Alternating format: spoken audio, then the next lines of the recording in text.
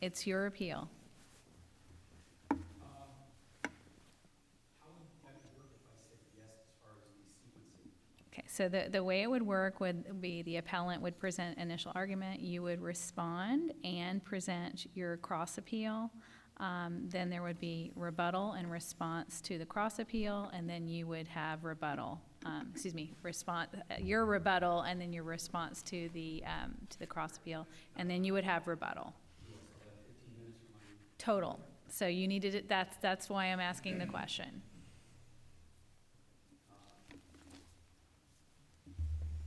why don't I reserve 2 minutes, 3 minutes, excuse me. Okay. That will help with the sequencing. Thank you. And counsel, you may begin.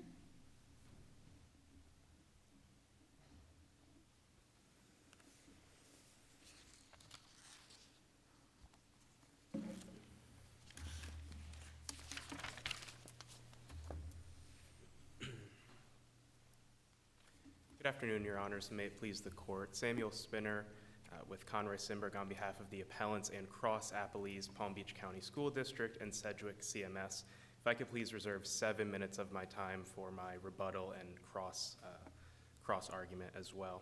So noted. Thank you. Thank you, Madam Chief Judge. So in the main appeal, appellants respectfully request that this court reverse the JCC's order granting Johnson's petition for authorization for a second opinion because Section 440.13, subsection 3, does not apply under these circumstances, and even if it did, the JCC still erred because Dr. Ryder testified that he was not and did not refer Johnson for a second medical opinion with a different orthopedic surgeon. This area of the law is pretty well developed. We all agree that one provider's authorization for a second opinion with another provider constitutes medical care and a referral for medical care under the statute. And we also agree that the failure of the carrier to respond within 3 or 10 days, depending on the nature of the referral, waives only the defense of medical necessity, but does not waive any other defenses as this court has recognized. But this case presents an interesting issue because in every other case that we've seen on this, there was never a dispute that the provider had actually referred the claimant to another provider and was sticking by that recommendation throughout the entire case. Most of these cases, as Your Honors have seen, come down to the issue of what defenses were we raising, did we respond timely, and factual issues of that nature.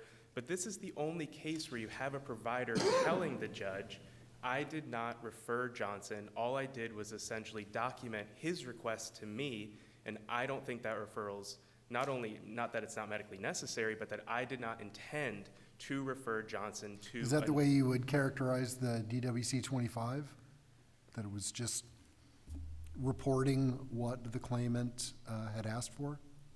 Yes, Your Honor, based on his testimony as to what he meant by what he wrote in the DWC 25, and I think that's really where the rubber meets the road in this case. Well, how was the insurer to take the DWC 25 when received, when it specifically says that it's medically necessary, that it's a written request for insurer authorization, and then it says second opinion?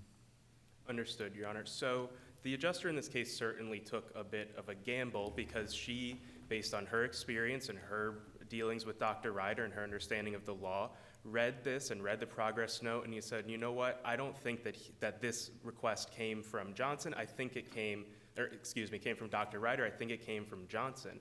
And had she been wrong, we wouldn't be here today. If she had made the wrong guess and it turns out Dr. Ryder came in and testified, no, I was the one who referred him, then we're in a different case. And so the question is really, does the court care more about form or substance? Does the court care? Well, let me phrase the question this way, at least for purposes of my question to you. I mean, it seems like you're asking us to rely on Ryder's testimony that came long after the request was made to the carrier to kind of like bootstrap the initial notice. And so I guess going back to Judge Winokur's question, if we look at the form alone, do you concede that that is an unambiguous request for a second opinion from the physician? If you look at the form alone, I think that's fair, but it literally says second opinion with no elaboration. And that's really what we're raising here, is that This was in response to a petition for benefits. We have depositions. We have a full-blown final evidentiary Well, I understand, hearing. but given the time deadlines that are in the statute, those deadlines, the clock starts ticking at the moment the carrier gets this form or gets notice of it. And so the carrier, the adjuster, when she looked at it, she had 3 or 10 days to make a decision based on that documentation before her. And if you've conceded that the documentation provides an unambiguous request for the referral, then why isn't that the end of the story? Because I think the court should look at the totality of the actual evidence that was adduced in the case and should not, for lack of a better word, put on blinders and only look at the form and not at the substance. I think there's support for that view in the Lunsford case, where even though the claimant filed a petition for benefits attaching a letter from a doctor in which he recommended a second opinion, and even though the carrier did not respond within 3 days, the court specifically said we can't ignore everything that we know about what happened in this case and what preceded the petition for benefits. And that's similar to what we have here, where we have a doctor saying, here's what I meant, and here's, this is what... But that's not what he said. I mean, I'm really struggling with the adjuster has to make a decision based on what she's provided. And we know that what she was provided unambiguously states that there was a referral for a second opinion. And so, I mean, I'm struggling with the concept that we can kind of look at testimony after the fact to kind of clean up any mistake, perhaps, or maybe he didn't intend to fill out the form that way, but nonetheless he did. And I think that the workers' compensation system encourages parties to correct mistakes, because we can have a situation where a doctor makes a mistake. Oh, that wasn't Johnson, this was Johnson, I thought this was a different claimant. The doctor could change his opinion by the time we get to a petition and a final hearing and say, you know what, an MRI came out and I reviewed that, and based on this new evidence, I don't want a referral at all. Not that it's just medically unnecessary, but that I wouldn't make the referral based on this evidence. And that really gets back to our theme of the substance over the form, because this didn't happen solely in the context of there was a DWC 25 and that was it. They had to file a petition for benefits. We get to raise defenses. We took depositions. We went to a final hearing. There was additional testimony at the hearing. And when that happens, the JCC should take all of the evidence and determine, is there a referral in fact, or is there a referral based on a technicality? And I don't think that this court should encourage judges and judges of compensation claims to ignore evidence as to what a doctor meant and to go solely with what is written in a form, which is the word second opinion without elaboration.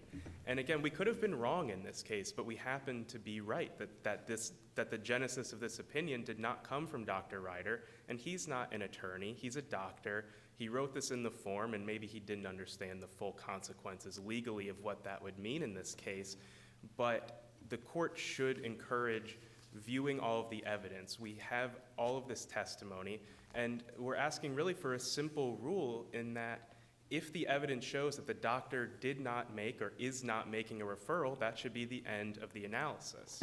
And before you get into your rebuttal time, I did want to ask a question again, respecting the way this case was tried before the JCC. Who does the carrier owe the response? Does it need to go back to the doctor who's making the referral, or why isn't it enough that the carrier responds to the claimant or the claimant's attorney? The case law and the statute talk about have to respond, and it's always been responding to the doctor.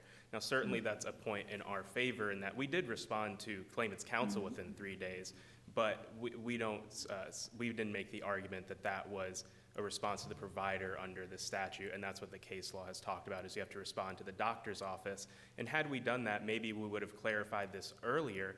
But I think there's also the argument that under the JCC's view, our clarification would have been irrelevant because he wrote second opinion. And so if he writes second opinion, if we respond, all we could do now is raise medical necessity.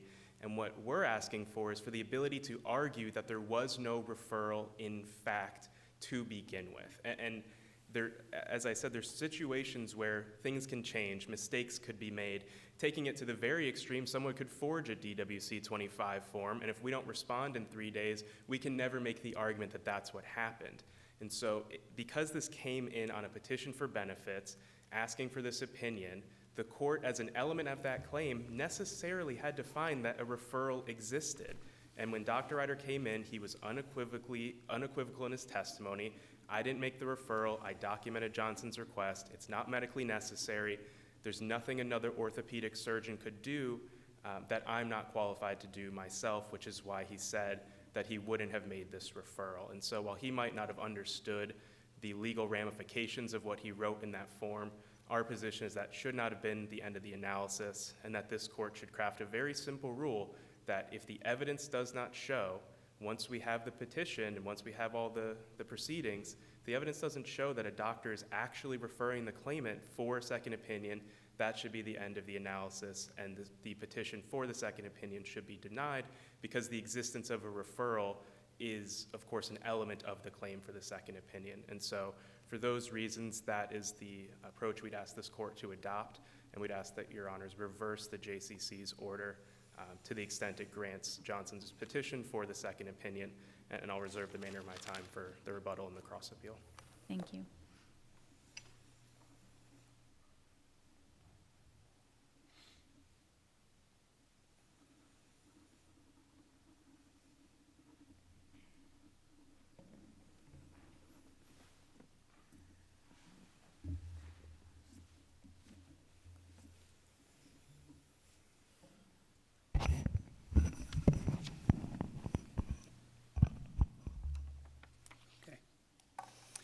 Okay. May it please the court. Ken Schwartz on behalf of the claimant, Mr. Johnson. This seems to be thematically grouped for the cases today because you were talking earlier about what constitutes a written request in a certain circumstance. Obviously, I'm not going to comment on the other case, but I would submit that in this situation, it seems pretty clear. As outlined in the the answer brief of the claimant, Dr. Ryder was presented with an opportunity to complete a form that he's supposed to be using at the end of every authorized workers' compensation visit, the DWC 25 form. It has clear instructions that go with it, a separate set of instructions that are promulgated by the Florida Administrative Code. It's Rule 69L -7.720, I believe it is. It's cited in the brief. And along with in those instructions, it clearly says that you are supposed to fill this out completely and that all the information that you put in this is supposed to represent, including your management/treatment plan. And in that section of the DWC 25 form, Dr. Ryder clearly wrote the words second opinion. It doesn't call for a narrative. It doesn't call for anything other than writing in there what you believe to be medically necessary. That it even says on the form itself that the proposed clinical services that are completed in that section are deemed medically necessary. Well, counsel, I mean, we know that the adjuster did see this and say, wait a minute, there's a problem here right away. Didn't actually contact the doctor. I believe she based it on the report, looked at what the doctor had written about the referral or non-referral, whatever you want to call it, and said, wait a minute, this isn't a referral. This looks like it was initiated by the claimant himself. It doesn't look like it was initiated by the doctor, and for that reason, we're not going to pay it. So even though I agree that the form is crystal clear, the adjuster certainly thought the issue was open based on what the report said. So why can't we rely on that additional information that the adjuster did rely on? The shortest version would probably be to refer you to 440.015, the legislative intent section of the statute that says this is supposed to be a self-executing system. It's supposed to ensure the quick and efficient delivery of benefits to the claimant. And the other case law interpreting, case law interpreting that statutory,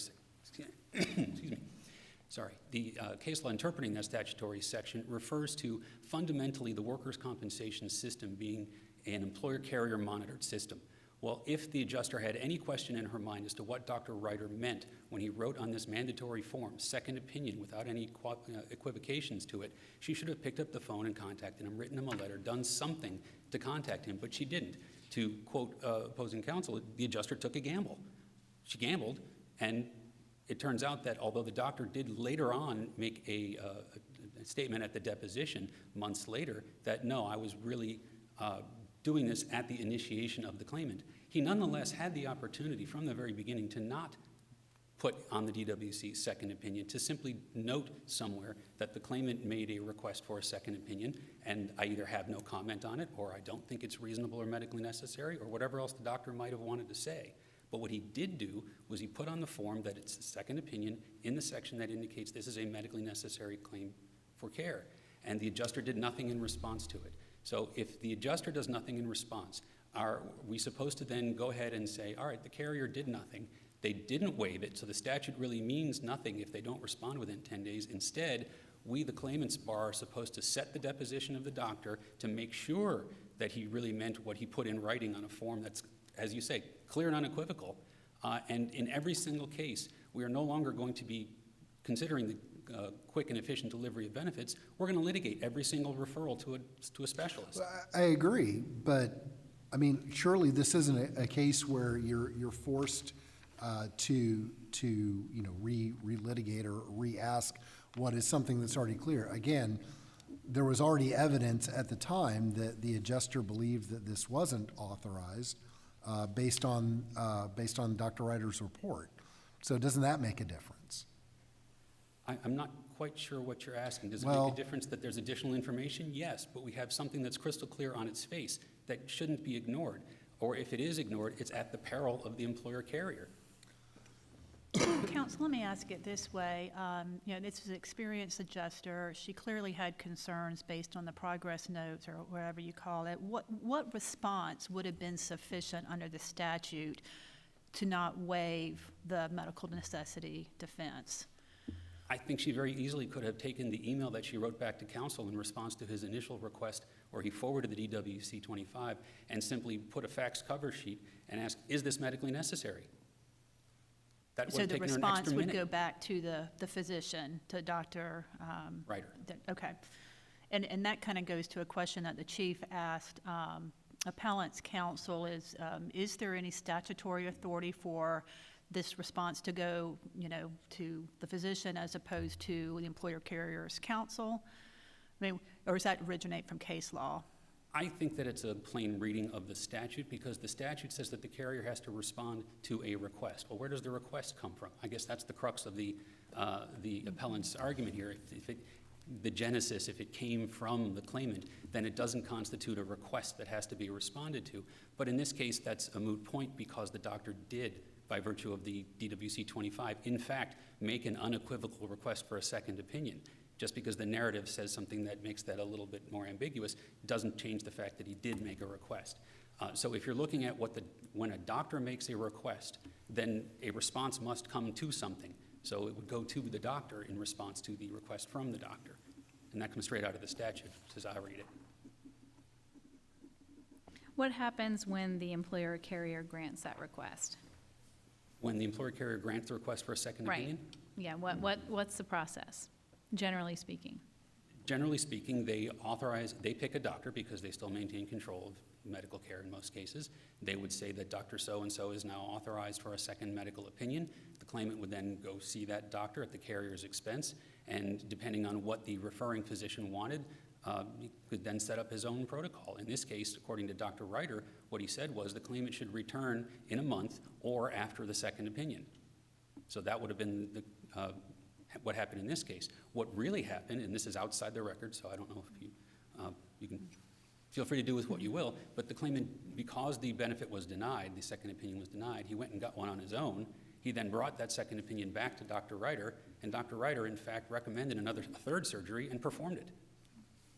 So that's not typically what happens. They don't typically go outside the system. Typically, the carrier would say, okay, it's either we failed to respond, so we waived our response of no medical necessity, or fine, you can have the second opinion because we think it is reasonable under the circumstances.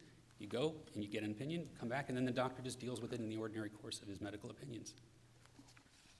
So I don't think the statute sets it forth, and in fact, that's why there is case law like Lombardi from, I want to say 2004, that was entirely about the question of, well, does the workers' comp law provide for a second opinion? And they said, as long as it's reasonable and medically necessary, then yes, that's available. But that's because of a lack of clarity in the statute setting one forth. It's certainly not a right under the system, if that's what you're asking, Judge. So As the judge pointed out below, this really is a very narrow legal issue, and I believe it's a very narrow factual issue too. It's a matter of, was there a request, and does it matter where it came from? And as Judge Hedler pointed out, he gave 3 different reasons why he thought that the second opinion should be granted. I believe the second one was, does it really matter where it comes from? And his example was, what about things like commercials on TV that advertise medicines? Or what if your next door neighbor says, oh, I just had one of these done by a so-and-so specialist, or I had some other medical care. And the injured worker goes into the doctor, and the authorized doctor, and says, hey, I know you've said that you want me to stay on Neurontin or go through more physical therapy or try a TENS unit or whatever, but somebody I know, somebody outside this medical office presented me with some idea, and I want to run it by you.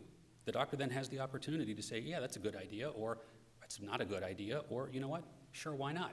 So let me ask you about appellant's extreme hypothetical, but we still need to find the kind of the boundaries of our holding. What if you had a forged form, which obviously at the end may not have come from a physician and would not be medically necessary? If the employer carrier doesn't respond within the timelines, do they waive medical necessity even though ultimately it's uncovered it was a fraud? So you're asking, should they contemplate whether something is unlawful, it's a fraudulent document, and use that in their determination of whether or not to respond? Well, no, I mean, I think, and counsel can correct me if I'm mistaken, is I think the example was if you have, so your argument is unless you respond within the time period, you're going to waive the defense of medical necessity, right? So what if you have a document that facially appears legitimate, but ultimately turns out to be fraudulent? But if the employer carrier doesn't respond, do they ever have an opportunity to come back and say, no, wait a minute, the evidence now shows a physician didn't write this, it's not medically necessary? I would guess that, and this is kind of an out-of-the-box hypothetical, but if it were in some way the claimant's insistence that this fraudulent activity took place, then I would think the JCC has the remedy of striking that second opinion or making some modification to what evidence the JCC will consider in contemplation of further workers' comp benefits that were requested by the claimant.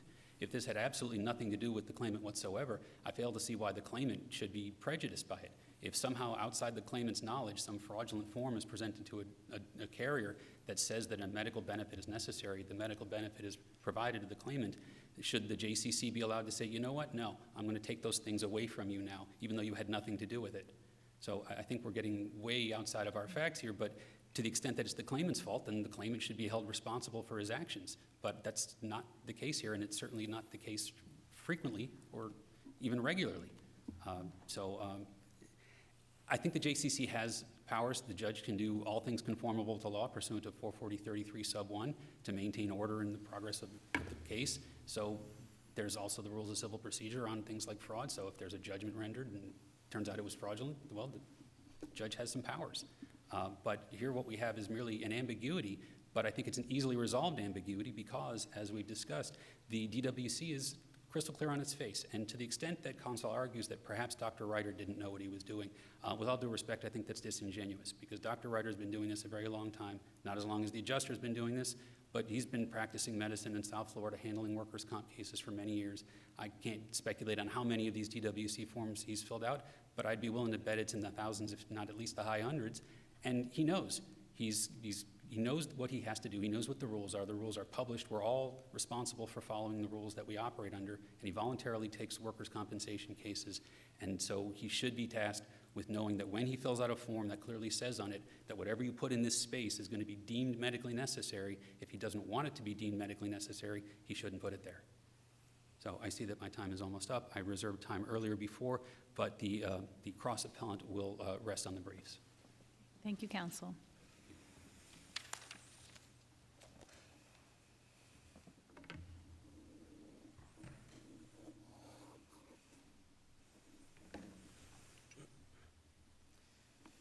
May it please the court. The point I was making with the extreme hypothetical is that the plain language of the statute and this court's law interpreting that statute says that the only defense that's waived by not responding is the defense of medical necessity. It does not waive any other defenses. And our position is that one of those applicable defenses is the fact that there is no referral in fact from the doctor, whether that's due to changed circumstances, whether that's due to a mistake or, again, the extreme example of a forgery, to find otherwise would to expand the statute beyond its plain terms and to say that you not only waive medical necessity, but also waive the right to ever challenge whether the referral actually exists.